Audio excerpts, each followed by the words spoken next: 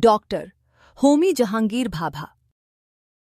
परमाणु विज्ञान के क्षेत्र में भारत को श्रेष्ठ स्तर तक पहुंचाने का श्रेय डॉक्टर होमी जहांगीर भाभा को जाता है। उनकी दूरदर्शिता एवं प्रयासों के सहारे ही भारत परमाणु संपन्न देश हो पाया। उनका जन्म 30 अक्टूबर 1909 को मुंबई में हुआ था। उनके पिता का नाम J.H. भाभा था। वे जाने माने वकील थे। वे बहुत समृद्ध एवं सुशिक्षित परिवार से संबंध रखते थे। डॉक्टर होमी जहांगीर भाभा की प्रारंभिक शिक्षा जॉन के नन विद्यालय से पूरी हुई। उच्च शिक्षा प्राप्त करने के लिए वे एल्फिंस्टन कॉलेज गए। इसके बाद उन्होंने royal institute of science college से शिक्षा ली। वे पीएचडी की डिग्री प्राप्त करने के लिए लंदन गए। उन्होंने कैम्ब्रिज विश्वविद्यालय में दाखिला लिया और पीएचडी की। डॉक्टर होमी भाभा यूरोप के कई देशों में जाकर भाषण दिया करते थे। उनकी प्रसिद्धि दिन प्रतिदिन बढ़ती जा रही थी। वहां प्रसिद्ध हो जाने के बाद वे अपने देश भारत लौटे।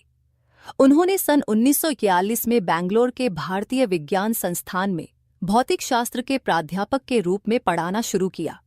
इसी वर्ष उन्हें रॉयल सोसाइटी की तरफ से फेलो चुन लिया गया और उन्हें लंदन जाना पड़ा।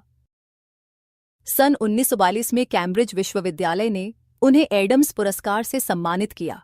इसके बाद जब वे पुनः भारत लौटे तो उन्हें टाटा वैज्ञानिक अनुसंधान संस्थान का निदेशक बनाया गया।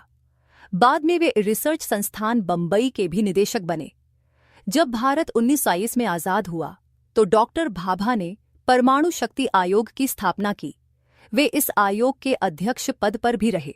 उन्होंने सन 1955 में परमाणु शक्ति केंद्र की स्थापना की। सफल वैज्ञानिक होने के साथ साथ डॉक्टर भाभा कला प्रेमी भी थे। उन्हें संगीत से बड़ा लगाव था। ग्रामोफोन सुनने में उनकी खास रुचि थी। खाली समय में वे चित्रकारी भी किया करते थे। इस सबके अलावा वे विभिन्न धर्मों की पुस्तकें भी पढ़ा करते थे। डॉक्टर होमी भाभा सच्चे समाज सेवी थे। वे निस्वार्थ भाव से लोगों की सेवा करते थे। उनके मन में किसी प्रकार का लोभ नहीं था।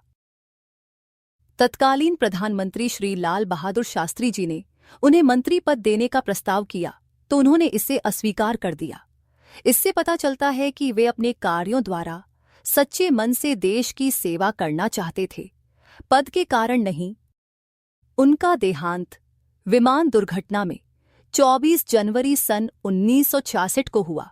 भारतवासी सदैव उनके ऋणी रहेंगे। शिक्षा हमें देश की सेवा के लिए प्रयत्नशील रहना चाहिए।